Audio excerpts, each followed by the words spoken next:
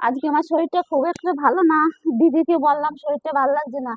এই যে ও আমার জন্য রান্না করে পাঠিয়েছে, দেখেন কিসের একটা বড়া, ভাড়ালি ভাজা, চাল কুমড়োর ঘন্ট, সঙ্গে লেবু।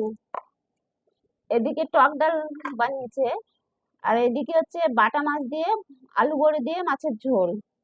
আর এই দিদির খেতে সবজি হয়েছে, এই যে এই দেখেন শাক পাঠিয়েছে। আর এই যে দিদির গাছের পাকা আম, কতগুলো আম পাঠিয়েছে। আর এই যে কতগুলো কাঁচা আম ছিঁড়ে দিয়েছে, বলছে এগুলো রেখে দিবি, এইগুলো পেকে যাবে। এই যে আবার হিমসাগর গাছের আম দিয়েছে, কতগুলো ডাঁটা শাক দিয়েছে, দেখেছেন? দিদি কত কিছু পাঠিয়ে দিয়েছে আমার জন্য।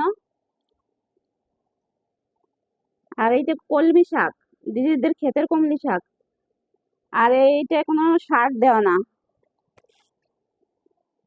খেতে কিন্তু দারুণ হবে।